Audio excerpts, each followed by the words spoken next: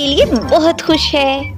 वाव, मेरे पास एक hair dryer है और मैं अब इन सभी कैंडीज के रैपर को उड़ा सकती हूँ।